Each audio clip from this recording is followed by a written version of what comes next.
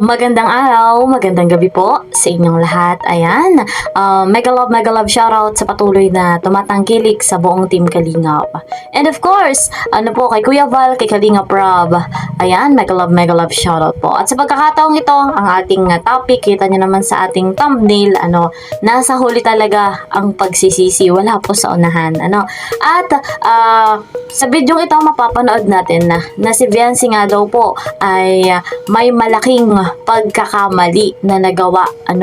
Yan ay ating aalamin kung saan batid naman natin na mayroon nga pong samahan o grupo itong sila Viancy kung saan doon po sa kanilang samahan ay nagkakasilipan na ginagamit lamang daw po etong si Viancy. Ano nga ba ang kaganapan sa kabilang panig? Ating tukuyin, ating alamin. Eto na nga po, tunghayan po natin dito.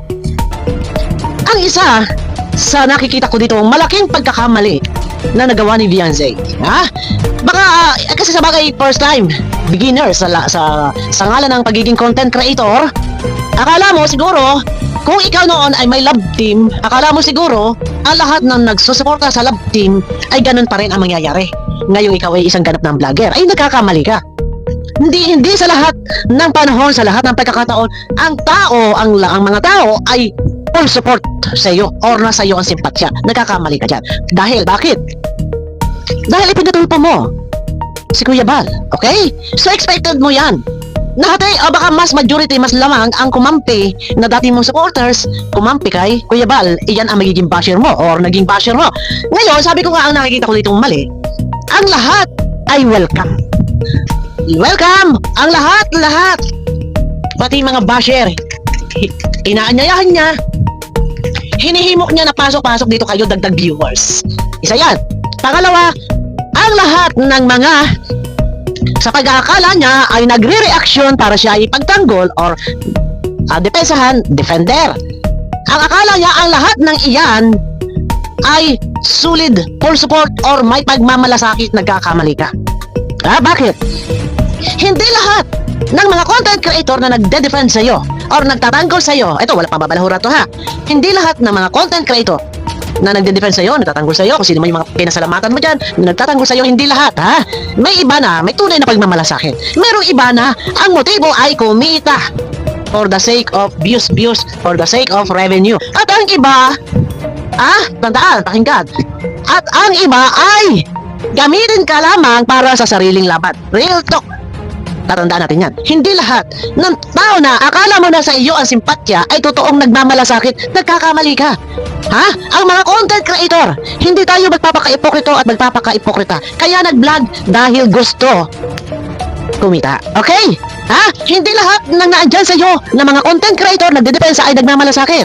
Hindi lahat. May ibang nagmamalasakit. May iba na ang gusto ay kumita at may iba na ang gusto ay gamitin ka bilang pambala sa sariling laban. Laban niya sa Kalingap. Okay? O sa malinaw. Tatandaan niyo yan. Akala mo, ang simpatsya or ang kanilang damdamin ay nasa iyo, nagkakamali ka. Tingnan mo na lamang ang iyong subscriber. Hindi pa maka 20,000 subscriber. Hindi pa maka 15,000 subscriber. Hindi pa maka 13,000 subscriber. Pero ang laki ng iyong views. Bakit hindi balanse? Hindi lahat ng nanonood sa iyo ay supporters mo. Hindi lahat ng nanonood sa iyo ay abro sa iyo.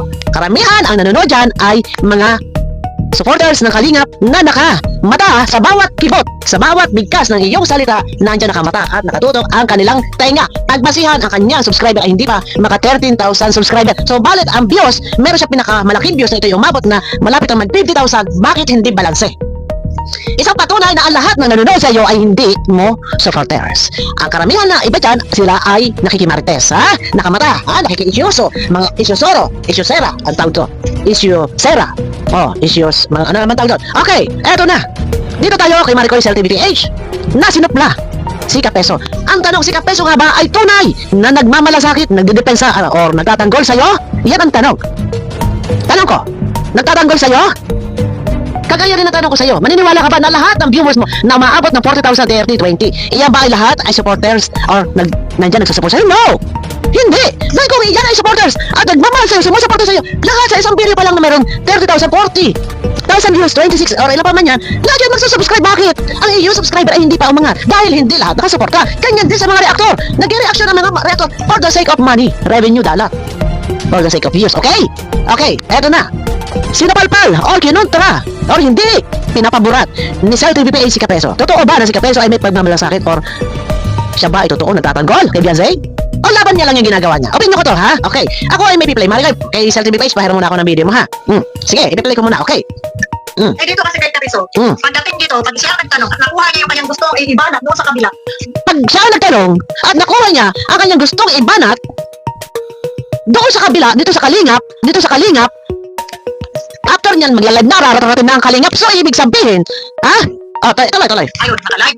Anong content? Yun, yung mga ibinabato. Ano ang purpose? Yung mga binabato yung nakuha ang impormasyon. Tama? Yun. So, ibig sabihin dito, ha? Wala.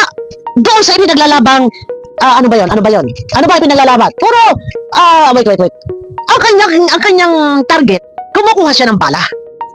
Kumukuha siya ng alas. Parang ganun ba? Maricoy Cell TV Page, parang ganun ba? Nakukuha siya ng isang bala, alas, na siyang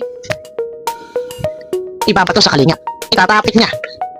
So ayan, credit nga po kay Madam Bopil. Salamat sa kanyang video. Salamat po sa kanyang pagpapahiram. Ano po?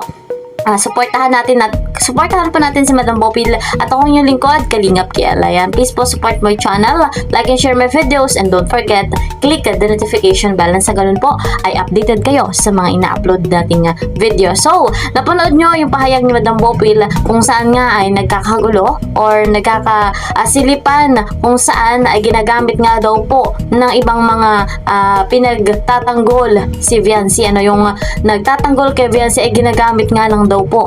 So, sa sariling kapakanan, sariling interest yung ginagawa nila. So, talagang ganyan ang buhay, lalo na at wala na nga po sa Kalingap si Viancy. Talagang may malaki siyang pagkakamali dahil meron siyang kasamahan, na alam natin na talagang nakakagawa ng paninira sa Kalingap at ginagamit si Viancy na pangbala. Ayan. So, aware na aware tayo sa ganyang kaganapan. Pero, kahit anong gawin nila, yung mga anti-Kalingap, kahit anong gawin nila, kahit sinong ibala nila, ay mananatiling matatag ang samahan ng Team Kalingap. Alam nyo naman, we are one Kalingap, one family. Patindi natin kung anong kaganapan, kung ano yung nais na magawa ni na Kalingap Rob, ni na Kuya Val, kung ano po yung kanilang mga pangarap para sa mga mahihirap. Batid natin kung gaano kaganda ang kanilang naitaguyod na buhay, naiahon sa kahirapan. Marami nang nabigyan ng pabahay, 200 plus, saksi tayo dyan. Marami silang beneficiary, maraming nabibigyan ng financial assistance on and off camera.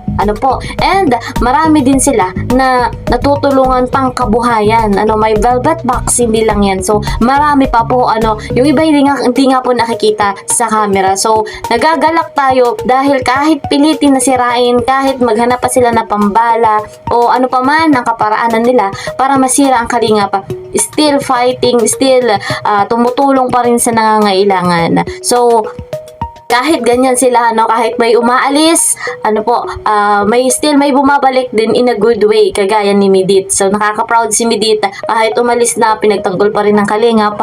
And then, may opportunity siya na talagang deserve ni Midit. So, balik tayo sa ating topic. May malaki nga siyang pagkakamali itong si Viancy dahil nagkaroon sila ng samahan nung mga anti-Kalingap kung saan ay ginagamit lang siya.